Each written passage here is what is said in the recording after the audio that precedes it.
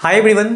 तो आज ये कॉम्प्लिकेटेड सर्किट है। देखो इसमें क्या है कि इस क्वेश्चन में an EMF of 2.2 volt is connected to the combination of resistor show in figure. ठीक है, तो डायग्राम में दिया हुआ है कि बहुत सारे रजिस्टर, इनफैक्ट 1 2 3 4 रजिस्टर जुड़ा हुआ है। ठीक है, सीरीज में भी है, पैरेलल में भी है।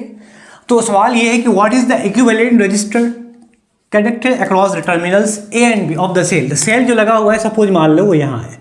एक मैं इमेजिनरी सेल बना लेता हूँ, लाइक प्लस, ये हो गया आपका सेल का माइनस, प्लस है, ऊपर में प्लस नीचे में माइनस। ऊपर से करंट फ्लो करेगा, फिर नीचे की ओर आएगा। ठीक है, अब यहाँ से क्या होगा कि यहाँ जंक्शन बना है, तो एक करंट यहाँ जाएगा, एक करंट यहाँ आएगा। तो करंट का डायरेक्शन ही बताएगा कि रजिस्टर सीरीज में है या पैरेलल पे। ठीक है, करंट का आपको डायरेक्शन बताएगा। ठीक है, यहाँ तक तो हो गया। कह रहा है कि also find the flowing current, जितना भी करंट फ्लो हो रहा है इस सर्किट से होकर वो भी फाइंड करना है। और ईएमएफ कितना दिया हुआ है आपका 2.2 वोल्ट। तो सबसे पहले हमारा काम होगा कि इन चारों का इक्विवेलेंट रजिस्टर निकालना है, उसके बाद आई की वैल्यू निकालना है। ठीक है, आपने ओम्स लॉ से पढ़ा भी होगा, V = IR। तो इक्विवेलेंट यहाँ रजिस्टर होगा जो कि चारों का इक्विवेलेंट निकालेंगे। तो सवाल ये है कि इन चारों में कौन सीरीज कॉम्बिनेशन में है या कौन पैरेलल कॉम्बिनेशन में है। तो करंट का डायरेक्शन बताएगा। करंट चूंकि इस पॉइंट पे, जैसे करंट यहाँ I बनाया, ठीक है, 10 ओम के रजिस्टर से होकर फ्लो किया। जैसे ही करंट इस पॉइंट पे आएगा तो फिर यहाँ से दो डायरेक्शन में चेंज होगा, एक यहाँ जाएगा, एक यहाँ आएगा। ठीक है, तो यहाँ जाएगा, इट मीन्स कि करंट यहाँ से गया, फिर इस 5 ओम में आया। तो ये दोनों रजिस्टर जो हो गए वो आपका सीरीज में हो गया। इन दोनों के साथ जो सीरीज होगा वो दोनों का सीरीज +5 वो दोनों आपस में पैरेलल होगा। ठीक है, तो पहले हमारा काम यह है कि इसका जो इक्विवेलेंट एक सर्किट बना देते हैं। फिर से कैसे होगा तो वो बता रहा हूं आपको। यहां हो गया ए और बी टर्मिनल, जिसके बीच में 2.2 वोल्ट का ईएमएफ कनेक्टेड है। दोनों का सीरीज कॉम्बिनेशन क्या होगा आपको पता भी है ना, दोनों का सीरीज टोटल सम होता है। ये तो 5 ओम का दिया हुआ है, ये दोनों 10 और 5 हो जाएगा 15 ओम। ठीक है, इसको हमें सॉल्व भी करना है साथ साथ। तो ऑब्वियसली जब सीरीज का कॉम्बिनेशन का है तो दोनों का निकाल लेते हैं।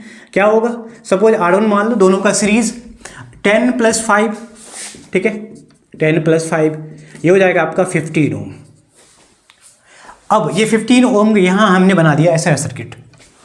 अब ये 5 ओम के साथ 15 ओम क्या हो गया पैरेलल कॉम्बिनेशन में, क्योंकि दोनों का दोनों इन एक साथ जुड़ा हुआ है, एक दूसरे के साथ जुड़ा हुआ है, इसीलिए वो सीरीज ये पैरेलल में होगा। अब दोनों का पैरेलल निकालेंगे तो दोनों का पैरेलल कॉम्बिनेशन को हम R2 मान लेते हैं। ठीक है, R2 ये निकालना है। तो पैरेलल के लिए फार्मूला क्या होता है, अगर दो रजिस्टर पैरेलल में है तो उसके लिए फार्मूला यूज़ करते हैं। R2 = क्या होता है, दोनों को मल्टीप्लाई कर दो, 5 × 15 अपॉन में क्या, अपॉन में 5 + 15। ठीक है, अब इसको सॉल्व करते हैं तो क्या होगा, 5 × 15 ये हो जाएगा 20 होता है ना, हाँ 20 होगा। ये हो जाएगा 4 बार में 15/4। R2 = जो पॉइंट में भी आ सकता है, चाहे तो पॉइंट में भी ला सकते हो आप। ठीक है, एक काम करते हैं, हम पॉइंट में लाते हैं। तो 3 टाइम्स में हो जाएगा 3 4 7 75 35। इसका वैल्यू आएगा 3.75 हो। ये दोनों पैरेलल कॉम्बिनेशन में इसका इक्विवेलेंट क्या आया 3.75 आ गया। ठीक है, अब यहाँ तो 10 ओम का है, ये दोनों सीरीज पैरेलल में आया 3.5, उसके साथ 10 क्या होगा सीरीज में बन जाएगा। ठीक है, तो अब सीरीज के लिए निकालते हैं। तो सीरीज के लिए मान लो R3 है आपका, तो हो जाएगा आपका 10। सर्किट डायग्राम बनेगा पुनः ऐसे बन जाएगा, डायग्राम जो बनेगा फिर से ऐसे बनेगा आपका, ये A और B है। 10 ओम का रेजिस्टेंस यहाँ दिया हुआ है। इन दोनों का पैरेलल कॉम्बिनेशन आया है 3.75 ओम।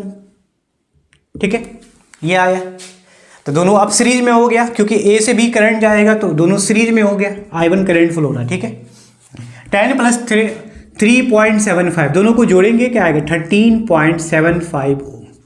ये आ गया आपका क्या, दोनों का इक्विवेलेंट रेजिस्टेंस आ गया। ठीक है, जो सीरीज में दिया हुआ है। तो हमारा काम ये था कि सवाल कह रहा है कि इक्विवेलेंट रेजिस्टेंस क्या होगा, तो इक्विवेलेंट रेजिस्टेंस जो पूरे सर्किट का होगा वो आपका ये आएगा। इक्विवेलेंट रेजिस्टेंस क्या होगा, तो इक्विवेलेंट रेजिस्टेंस विल बी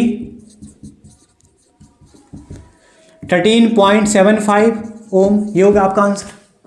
अब हमें निकालना है, सेकंड पार्ट कह रहा है कि also find current flowing through it, इसके होकर जो करंट फ्लो कर रहा है वो बताना आपको। तो इसका जो अगेन डायग्राम बनेगा 10 + 13 3.75, तो फाइनल डायग्राम बनेगा आपका कैसा, ए और बी के बीच में जुड़ा हुआ है कितना 13.75, दोनों का सीरीज कॉम्बिनेशन आया है 13.75 ओम, और दोनों के बीच में 2.2 एमएफ का ईएमएफ का वोल्ट का ये वो सप्लाई दिया गया है। तो पूरे सर्किट का सप्लाई है 2.2 वोल्ट, पूरे सर्किट का इक्विवेलेंट रजिस्टर आ गया 13.75, आई की वैल्यू निकाल सकते हैं यूजिंग ओम्स लॉ, है ना। ओम्स लॉ का यूज़ करना है, क्या निकालना है करंट, तो V upon EMF upon V होता है R, है ना, हम EMF अपॉन R भी यूज़ कर सकते हैं। R यहाँ इक्विवेलेंट हो गया टोटल, ठीक है। EMF कितना है हमारा 2.2 वोल्ट, और R इक्विवेलेंट कितना आएगा टोटल 13.75, ठीक है। देखो मैंने किया क्या है कि सब सारे रजिस्टर का हमने इक्विवेलेंट निकाल दिया। तो पहले ये दोनों सीरीज में था क्योंकि करंट का फ्लो होना था ऐसे, तो ये दोनों सीरीज हो गया। अब इनके सीरीज के साथ 5 जो हो गया वो पैरेलल बन गया, पैरेलल का हमने निकाल लिया इक्विवेलेंट, ये आ गया आपका। उसके बाद जो इन दोनों का इन दोनों इसका जो पैरेलल बनेगा वो 10 के साथ अगेंस्ट सीरीज में हो गया। अब जब ये सीरीज में हो गया तो आपका 13.75 टोटल रजिस्टर आ गया, ठीक है। अब इसको डिवाइड करेंगे, हाँ, तो 2.2 वोल्ट को अगर डिवाइड करते हैं किससे 13.75 ओम, फाइनल आंसर आएगा 0.16 एम्पेयर, चूंकि करेंट है तो एम्पेयर में होगा, ठीक है। तो आपका एक पार्ट का आंसर ये आ गया और एक पार्ट का आंसर ये आया, कौन सा है ये वाले। होप सो कि आपको समझ में आ गया। ऐसे सर्किट अगर आएगा तो आप इजीली बना सकते हो। आज के लिए बस इतना ही, मिलेंगे अगले वीडियो में अगले क्लिप के साथ। Thank you.